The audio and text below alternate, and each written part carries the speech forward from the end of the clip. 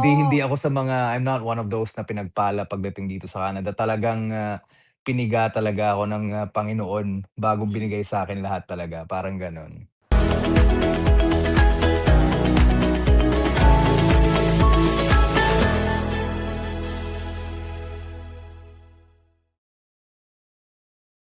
hey guys, you're in a nutshell with me, Ina. Grabe rin ang pinagdaanan at hinintay, no? Nitong ating kakwentuhan for this episode. He might be familiar to many of you guys. He is a content creator. So grabe, it took him basically 10 years to secure his permanent residency. I am talking about Angkush, more Yes. popularly known as Injanong Bisdak. Welcome to In a Nutshell and thank you so much for agreeing to do this, Angkush. Maraming salamat po for having me and thank you sa mga ano mo, subscribers mo. Oo, oy guys ha, i-follow nyo of course si Angkush. Sa Oo totoo lang, naman. ang laki-laki ng following niya compared to mine. But I will still mention his social media accounts. Sa YouTube, dito ko lang ulit yata naging active, ano? Opo, opo. Let me put this up. Tama, Ayan, yeah, okay, ayan, on YouTube. And I think, ito, no, TikTok din. TikTok and then IG din, Please follow yes. him, ayan. And then, Indianong Bisdak. IG. Oh, ayan, oh, Ayan. naka-prepare lahat. Okay, anong tawag dito? Teka, I'll take this out. There you go. Balita ko, Mm. ano, Angkush, kapag PR daw, ibang ano, no? Iba yung Iba na gising sa umaga. Ganon din iba ba na feeling talaga, mo? iba talaga, iba talaga. Wala na hindi na mabigat, eh. Hindi na Oo. wala ng, thoughts na lingering at the back of your head kung anong mangyayari o kung may, good news o bad news ba today, 'di ba, parang Oo. gano'n. So, parang wala ka ng iniisip kumbaga. Oo. O sige, Oo, before we go to your PR application that led to your approval, oo. umpisahan muna natin ano, what brought you to Canada? Guys, baka lang Angkush, baka lang meron pang hindi nakakakilala sa'yo, eh. Meron They naman, they meron might be naman. amazed, ba't ka marunong mag-Tagalog, eh? Oo. Oo Oh, nga, oh, ayan, sige. ako nga po pala si Ankush. I was born and raised in the Philippines, born in Caloocan City and raised in Surigao City, Mindanao. So, alam mo 'yun, kagaya ng, lahat, kagaya ng iba na pumupunta dito sa Canada, I also came here to, have a better, future, better education, 'di ba, better life in general din back in 2016 December 2022. So, I studied in, at Centennial College dito sa Scarborough. Ang daming mga Opo. Pilipino diyan sa Centennial, Madami, 'di ba? madami. But actually nung, time ko nung 2016, so basically yung school ko talaga officially nag-start 2017, winter intake ako, January. Oo. So, wala masyadong Pilipino sa totoo lang, mabibilang mo lang talaga. Oh, actually wait Oo, muna, at that time tama ka, hindi pa pumipik ang wala pa. international student program. Opo, lalo What na sa made you aware Philippines, of it? yeah. What made you aware of it that you had that option? Yeah, yung ano ko kasi, sa mga Indians, medyo popular na siya already, I yung see, yeah. international students. But, sa Canada, not so much. Wala masyadong pumupunta at that time. Ang mga Indians, pumupunta sila sa Australia, sa New Zealand, ganyan. Australia talaga yung ano ko, yung first option ko talaga. But then at that time kasi parang may nangyari, may incident, involving international student, Indian. So I see. parang racism, ganito, ganyan. So parang ayun, sabi ko kay papa ko na hindi na lang. Alright. Naisipan ko din medyo eto lang naman kasi yung mga top countries, 'di ba, yung Canada, New Zealand, ganyan. So sabi Mm, ko, "Why not Canada?" May kilala kaming agent din. So mm. ayun, nag-ano lang, nagtanong lang kami, sabi nila puwede naman, may contact daw sila sa school, ganyan. So ayan, Oo. kaya Canada. I would assume ano, at that time, dahil nga hindi pa masyado uso 'no, hindi pa Oo, pumipik yung surge ng international students, it was around that time when many would say na, "Yun madali pang mm. makakuha ng PR nun." Oo, And yet, oo. here you are, no, it took you 10 It took me years. 10 years. Kaya nga Oo, I had all this, parang, ideas 'no, of Canada na madali lang o kumbaga parang, parang pagdating ko dito parang it's gonna be a smooth sailing journey, 'di ba? yeah. Pero, total opposite yung nangyari sa akin for some reason. No, hindi Oo, ako sa mga I'm not one of those na pinagpala pagdating dito sa Canada. Talagang, piniga talaga ako ng, Panginoon bago binigay sa'kin lahat talaga, parang gano'n. okey. O sige, Oo, let's start nung nag-international student ka. Ano oo. pala inaral mo and then, yeah, when did your PR journey really Yeah. begin? Oh, Initially talaga nung, unang ano ko is, sa Seneca talaga yung school na napili ko and then medtech is supposed to be medtech yung course ko. Kasi medtech talaga yung, naaaral ko dun sa ano, sa Cebu but hindi ko nga natapos kasi nag-apply agad ng, ano, international student. okay. Opo, ang nangyari kasi is, napalpak din sa part ng agent ko, yung passport ko pala 6 months na lang. Wala akong idea nito the whole time kasi parang lahat ng nag-aasikaso is yung papa ko. So, Mhm. parang ang mindset lang nila, "Oh, sige apply natin para makaalis na," ganyan. It turns out na less than 6 months na lang pala yung passport ko, hindi ka na puwedeng bumiyahe nun. Hindi ka Right. na-a-allow ng immigration nun, eh. Okay. So, anong nangyari nasayang yung first application ko, yung, first fee ko, and then na-scam pa ako ng agent ko kasi yung second semester na fee is binulsa nila. Oh So, my hindi din gosh. binalik. So, anong nangyari, ever since parang since the very beginning talaga parang it's, gano'n na siya 'no. So, pero okey naman kasi may tumulong din naman sa amin si Ate Emma. I just wanna give her a huge shoutout talaga, Ate Emma Encio, maraming salamat sa tulong mo at dahil sa'yo andito na ako, 'di Mhm. ba? Mabait yan si ate. But, Ah, yeah, so Centennial College and Hotel Operations, Management yung second ayun. option. Nakakainis Oo. naman, umpisa pa lang pala talaga 'no, hindi na Oo. maganda yung nangyari sa'yo. Buti hindi ka na-discourage by the way ano? Hindi Oo. naman. Okay, Opo. oh, how was your, student life? So, how Okey many naman po. years yung iyong course and then what did you do after? Yeah, Yan. 2 years program siya, diploma and then, ano lang siya, winter intake kasi so dire-diretso walang break whatsoever. Wala namang ganap masyado yung student life ko kasi puro lang trabaho talaga. Oo, Sa oo. totoo lang, mahirap siya in the beginning to ano, parang, socialize. Wala kasi akong kaibigan dito. Ang hirap makapag-ano dito kasi, eh. So, in the ano, initial, stages kumbaga, kinapalan ko talaga yung mukha ko. Parang I would approach whenever I see a Filipino talaga, I would approach, him or her na, "Oh, Filipino ka?" Kasi mahalata mo naman sa mukha, eh. Yeah, oo. Oo, so gano'n talaga, pakapalan ng mukha tapos until Magugulat sila now sa'yo, angkos, sa 'pag akin, kinausap mo oo. sila, ha? Parang that's how I made a lot of friends, nung una dito Oo, para lang kumbaga alam mo yun, may kilala ka ganyan, hindi ka alone. But, ever since then pa kahit na may mga kaibigan ako, hindi din naman ako nakakapaggala kasi parang kung may free time man ako, nasa trabaho ako.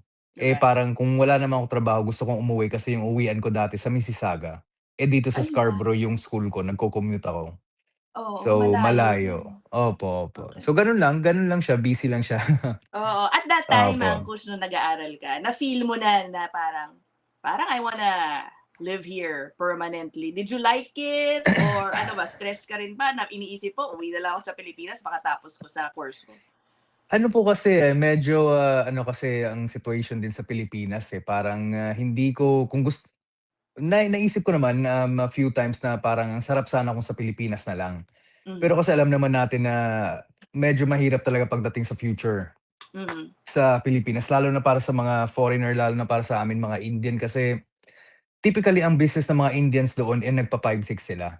Oo, Siyempre yung napautang. mga bata nagpapautang, oo. Nagpapautang din naman kami, yung papa ko ganyan. But, obviously parang kami mga bata, ayaw din naming magpautang na kasi we want something, kumbaga, better. Not saying na hindi better yung nagpapautang kasi siyempre dahil dun kami lumaki, yun yung nagtustos sa'min and everything like that. Pero alam mo yun, so even our parents, they want a better life for us. So Yeah, parang, tuwing naiisip ko na bumalik sa Pilipinas, yan yung mga tumatakbo sa isip ko basically. yeah. Oh. Opo. Oh, and then, you were able to get a PGWP. So, at that time, hindi pa Yes. strict sa PGWP, Wala, 'no? wala, So, wala naka pang 3 years IELTS ka dun, dun, tama ba? oo. Naka Oh, 3 how years was ako dun and then, kasi 2018 ko nakuha yung PGWP ko. So around 2020 ata if I'm not mistaken, 2021 ganyan, na-invite na ako for PR. Pero yung, okay. invitation na yun is, very lucky lang talaga kasi pandemic na yun, eh. And, as I said, hindi ko natapos yung, medtech na studies ko sa Pilipinas, so kulang ako doon. Sa Yung points for points that, oh. ko, opo, opo. Dito din wala akong enough work experience, wala pa akong 1 year na work experience nun, eh. Tapos a lot of things, a lot of factors na parang yung points ko nasa ano lang talaga siya, 300 something lang. At Mhm. that time mababa pa rin yun. So if you had parang 400 something points those years, yun ang maganda. Alright. Mababa ako. So, parang naswertehan lang ako kasi nag-draw yung government dun ng ano, 75 points. Wow. Kasabay ng TR to PR na ano, pathway. Okey, Opo. So, yun, dun ako okey. na-invite. Yes, Okey. dun ako na-invite, opo. Oh, tapos eto na nag-apply ka what did Wala, you eh. do? What did you do with that? Kasi nga feeling mo ano hindi Opo, pasok naman, what opo. did you do? Oo. Pasok naman, nag-apply ako and everything. Ang nangyari lang talaga is, pumalpak ako sa NOC code ko. Eh, Bakit? siyempre naman gusto kong magtipid, eh. Hmm, Ang mahal ng gastos kasi dito pagdating sa mga lawyers, eh. hmm, Kung magko-consultant ka medyo mura but still gastos pa rin 'yun. mhm. So, ayun ako nag-asikaso, ako naglakad ng papel ko but ang, problema ko lang is yung NOC code ko imbes na hotel manager, eh, yung nalagay ko salon manager. Ay, ay, So, ay, dun ako okey. nadali, Hindi opo. wala ng chance to So remedy that's that the at all. thing po 'no, kasi it depends on the officer I believe 'no, nagtanong-tanong din naman ako and all that. Sabi Yeah, nila it depends on the officer. Usually kasi pagka gano'n may ibang officer na will email you back or something, communicate with you na dito ka pumalpak, you can redo this and yep. then parang let's just continue this application, parang gano'n. Eh, in my case naman po, diretso refusal na and they asked me to apply again for PR. Eh, hindi na ako makapag-apply tapos na, eh. Eh, wala ng Oh, invitation, eh. Eh, yung I points ko see. kasi kulang din, eh.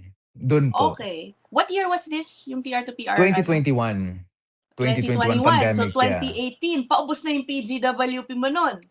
Nakapag-apply ako ng bridging open work permit kasi nga naka-receive ako ng, Oh, invitation to, yeah, okey. PR, yes. So, may 18 Okey, months ulit ako. So, 18 na-extend months. siya up to 2023, July.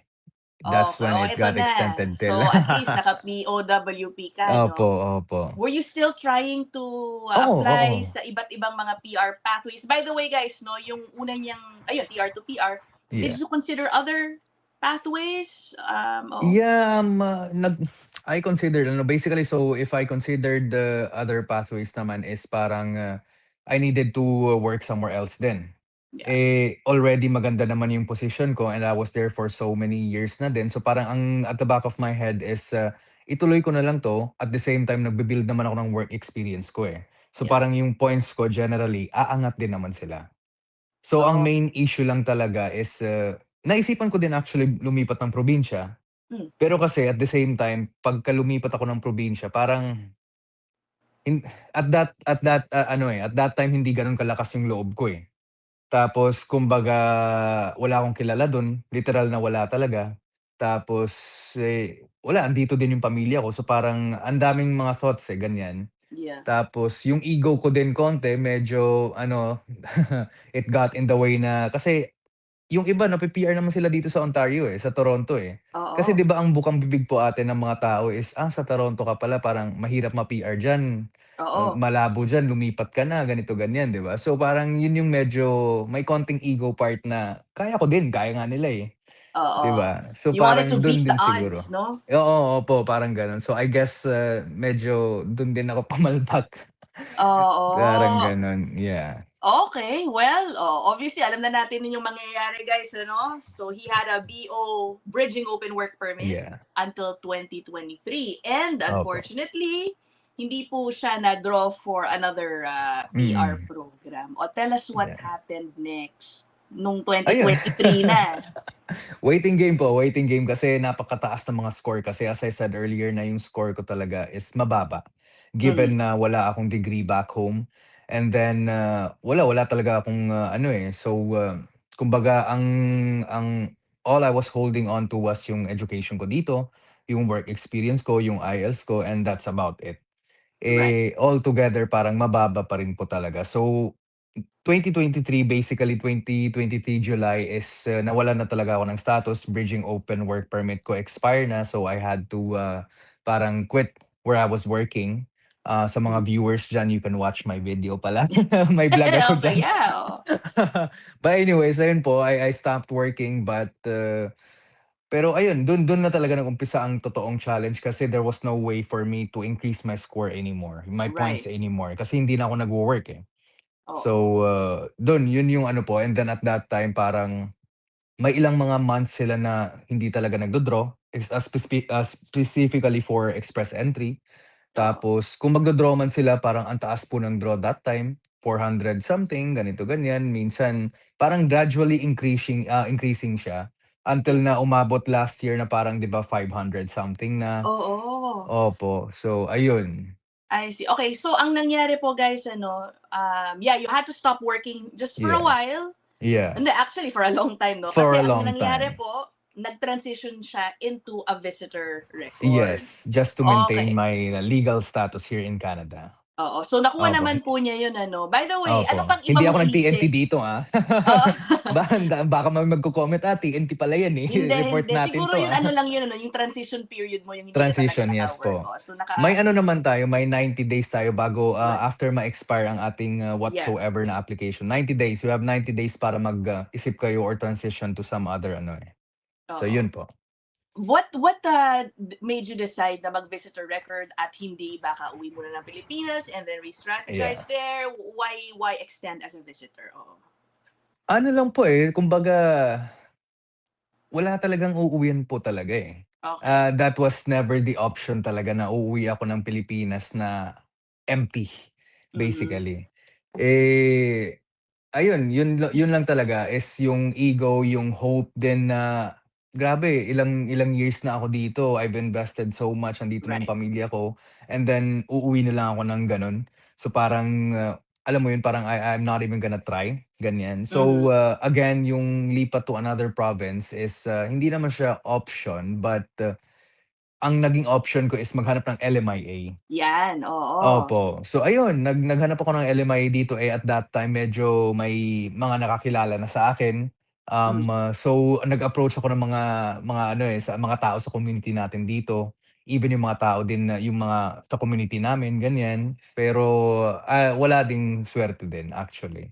oo. But I was hoping at that time na ano makahanap ako ng LMIA just for me to parang ano po 'no, parang makakuha ng work permit at least and, makapagtrabaho ulit ako, ganyan. Oo nga. So Pero wala, how eh, mahirap, eh. oo, I think at that time kasi Angkos ano na 'no, naghihigpit na rin sila sa Opo, ang dami na rather din opo, na opo. naghahanap at Yeah, nag-aagawan ng opo. LMIA. Uy, Madaming so what competition happened? kasi. Oo, guys ay Opo. sorry, go ahead Angkos. Wala lang, yun lang po, madaming Yeah. competition pagdating sa LMIA but, ang only option ko naman din sana is, lumipat ng probinsya nga po, eh. But Mm. again, personally kasi parang, natatakot akong lumipat na ako lang mag-isa, eh. Mhm, So, ang mhm. nangyari kasi may tita ako sa Alberta, sa Edmonton, so parang kinausap ko siya na baka may LMIA din diyan, let me know if ever. Eh, yun na nga, wala din daw, eh, kasi dati daw easy lang, but ngayon mahirap na talaga, that time I Oh, mean. right. Opo. And at this time, when you were on visitor record, you had a profile sa Express Entry, a Yes new po. one, no? Yes, Okay. yes. Which program? Ano ba, Canadian Experience Class?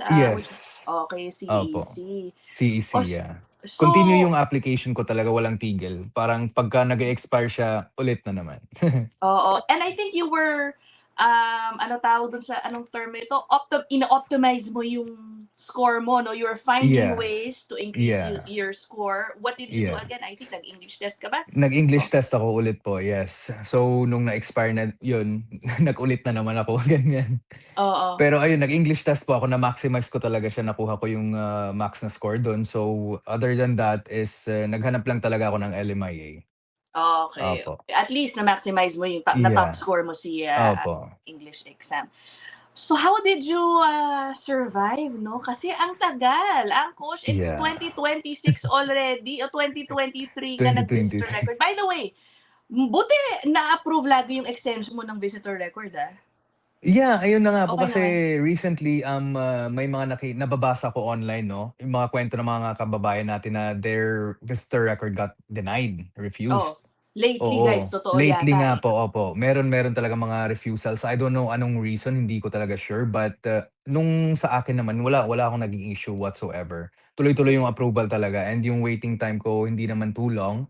Siguro ang pinakamahaba na waiting time ko lang is maybe, 5 months po, ganyan. Okay. Oh, Oo, how did you survive? Were there yeah, people, helping you pay your yeah, bills? 3 taon din yun, opo. Angkush. So Pamilya ko lang po talaga, yung papa ko talaga. I was lucky na they were here, mhm, in that sense po kasi kung wala talaga sila is, wala, mahirap talaga. Baka umuwi na ako kung wala sila dito, most oo. likely.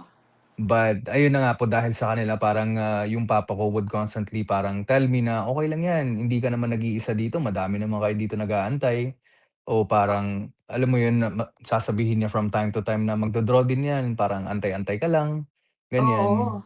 Pero yun na nga parang kinakabahan nga ako at natatakot kasi nga yung score ko talaga is mababa, eh, yung draw pataas ng pataas. Oo nga, eh, 'no? Oo, Pero totooan ko siya 'no, and opo. it's amazing that you waited that Yeah, long. Three yeah. years is so Yeah. Not long. really 3 years. So, basically kung tutuusin mo 2021 pa ako nag-aantay. Oo din 'no, So, 'no, that's 5 years ano? So, 5 years of waiting bago ako na ano talaga. grabe. Yeah. Okey, balikan mo yung araw na biglang nakakuha ka ng mahiwagang email, ganyan, eh, 'di ba? Oo. Yeah. Sa ano po siya ano, so basically nag-message lang ako sa ano ko, sa consultant ko. I was just asking for updates. Sabi ko, "Ano may any update po ba?" Ganyan. Eh, sabi niya loko-loko din kasi yung consultant ko. Sabi niya may update daw. Eh, tinawagan ko sabi niya, "Oo, nag-update sila. Parang naghingi ng additional documents, ganyan. Tatawagan kita mamaya and I'll let you know anong sasabihin nila." Parang ganyan. Eh, siyempre ang unang thought ko talaga, eh, baka problema na naman kasi Oo, I faced parang all this time puro refusal, puro denial, ganyan. So, yung unang thought ko talaga is parang, "Shit, ano na problema hmm, na naman 'to, baka ano na naman, 'di ba, refusal na naman." Pero ayun, tumawag siya ulit and then I was driving back home, galing ako sa parents ko and then, ayun sabi niya na parang, ayun PR na daw ganyan. Eh, parang I just froze at that time, eh, 'no. Parang buti na lang naka-drive ako pero ayun, I just froze, wala akong masabi talaga, wala akong literal na parang kung ano yung makikita niyo sa mga movies, yun yung exactly you're nangyari stunned sa'kin 'no? na Oo. oo, I was basically stunned ano, wala talaga, tears started flowing ganyan. And then ang unang tanong ko talaga sa kanya is, "Are you joking?" Sa lengguwahe namin kasi ano siya, eh, Punjabi siya, eh. Oo. Sabi ko, "Are you joking? Are you serious?" Ganyan. Sabi niya, "No, I'm serious." Ganyan. Sabi niya, "I'll send you the ano, Portal 1." Ganyan. Sabi ko, Wow. "Okey." Ayun, sinend niya sa'kin tapos ayun, pagkadating ko sa bahay, iyak-iyak muna all those ano, parang minutes papunta sa bahay, iyak lang talaga ng iyak. But that's about it. After that, hindi na ako umiyak kasi parang nabuhos ko na lahat. Kasi yung feeling po is, more of relief, eh, rather than happiness, eh.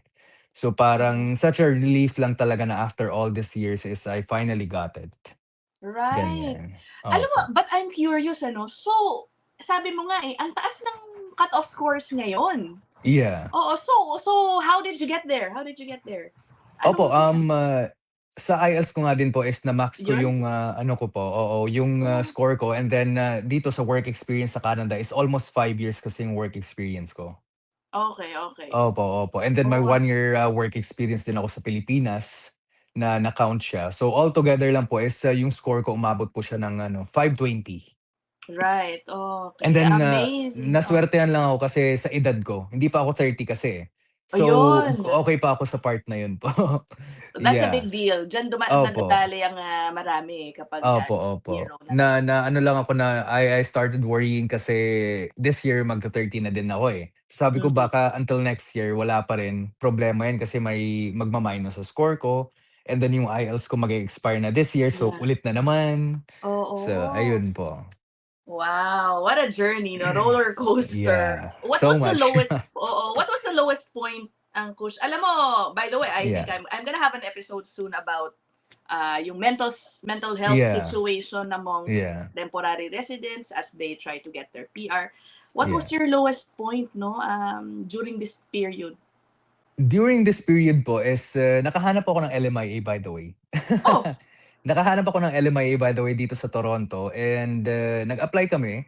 So, that was my lowest point kasi ay naku, na-refuse po ang application namin, opo, na-refuse siya ulit and then, ayun. So, kumbaga initially nung nakahanap ako ng LMIA parang alam mo yun yung parang sobrang you're up there, 'di ba? You're parang sa kasi Toronto na 'to nakahanap ka, 'di ba? In the first oo, place parang yun yung issue natin kasi mahirap makahanap dito, eh. So, parang lahat kami nabigyan ng hope, yung papa ko din nabigyan ng hope na finally nakahanap tayo ng LMIA, ganyan. And yung nahanap ko pang LMI is libre. I was gonna say, no, baka pinagbayad ka pa. Ito na Hindi, naman tayo. libre. Ayan, alam naman natin dito madami nagpabayad eh. So Bawal libre yun, po guys, siya. ha? Guys, Bawal yun, ha? bawal yun. Huwag yung Oo, bawal gagawin yun. yan. Inaabuso kayo pag pinapabayad kayo niyan. Bawal Okay. yun, bawal po yun. But nakahanap ako ng libre, ayun, but na-refuse po siya. So, ayun, dismaya, no? Oo. Parang ang binigay lang nilang reason sa amin yung officer is hindi daw enough. Parang may mga sinabi silang ganung ano. Sabi nila hindi daw enough ang aking mga credentials pa rin na parang there is sa pagkakaintindi ko kasi is parang sabi ng immigration is yung employer makakahanap lang ng someone like me here Ay, rather than yeah, hiring from outside. Yeah, right. basically yun yung sinabi nila. Parang yun yung pagkaintindi ko. Yeah. But it's okay, nag-apply din ulit kami. We applied again with the same employer. So, in hopes na parang maayos namin ng whatever issues sa previous application, ganyan. And not long after din, na-refuse ulit siya. Nakakaloka. Akala ko naman magiging positive. Hindi, walang Oo. positive. And at the same time, nag-apply din kami ng close work permit. Kasi nga Okay. may ongoing na LMI application kami. You're right. So, ayun, na-refuse ulit din siya. Ang dami mong refusals na Ang dami po, ang pinagdaanan. dami. But yun, Okay. yun na yung pinaka lowest point ko nung na-refuse ako second time and na-refuse yung work permit ko. Kasi Oh, may kilala din ako na nag-apply ng LMIA na na-approve naman po yung niya, work permit niya while his LMIA application was ongoing. So parang right. I was hoping na okay, like na-approve yung application niya. Most likely ma-approve din yung application ko kasi what's the difference, 'di ba? Eh hindi ko alam na-refuse din eh. Oo. So ayun po, Yun yung yun mas yung masakit, eh, pinaka-lowest 'no? point. You start Opo. comparing. Bakit ako No, yung hindi mo talaga nire-refuse lagi, maiiwasan. 'no? Opo, hindi mo talaga yan maiiwasan kasi madami akong mga kilala dito na they've just been here for let's say 2 years, 3 years ganyan, 'di ba? And na-PR na sila agad. Yeah. Yung iba parang wala, ang smooth lang talaga and this is nothing against them naman. Kanya-kanya tayong journey, kanya-kanya tayong kumbaga, anong tawag dun, parang faith, 'di ba? Yeah. So, eto siguro talaga yung nakalaan para sa'kin na talagang pahihirapan ako bago mangyari lahat, 'di ba? Which is okey lang naman now that I look back, I survived all of those things, 'di ba? Yeah. Yung time na yun and parang wala lang nangyari actually po. Parang nakalimutan mo na lahat nung Parang nakalimutan mo paghihirap, ano? lang. Opo, opo. Okay. Oh, last na lang Yun. siguro. So, what are you doing now? Okay, finally, you are Oo, authorized to work. to work, Ano na? everything. Ano nang nangyayari sa'yo? Naghahanap ng gusto ko mag-aral actually po, eh. Oh, Gusto ko mag-aral ulit, opo, and then tingnan natin kung ano mangyayari. Naghahanap ako kung lilipat ba ako ng probinsya, ganyan.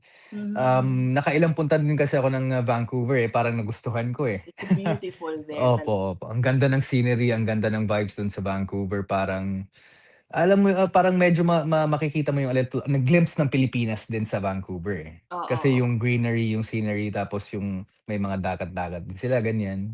So Oo. ayun po, pinag-iisipan ko na baka lumipat, hindi ko sure, parang I'm just Mm. weighing my options right now, but just enjoying lang po, gano'n. Yeah. Well, i-enjoy mo din yung pakiramdam, okay? For Opo, a longer period of time, i-enjoy mo muna yung yes. PR status mo. Opo, Good luck to you, Ankush, and again, yes. thank you so much for agreeing to do this with me. I-follow nyo yung kanyang social media platform, guys, if you wanna Opo, be updated with what is going to happen to him next. Okay, yeah. on TikTok, Instagram, and YouTube, YouTube. Yeah, all ayan. right. Okay, Thanks so maraming much. We salamat. will end this episode here. Okay. Yeah. Okay, bye Thank you po, everybody. maraming Thanks salamat. again, Thank you for having me. Ankush. Bye-bye. Bye.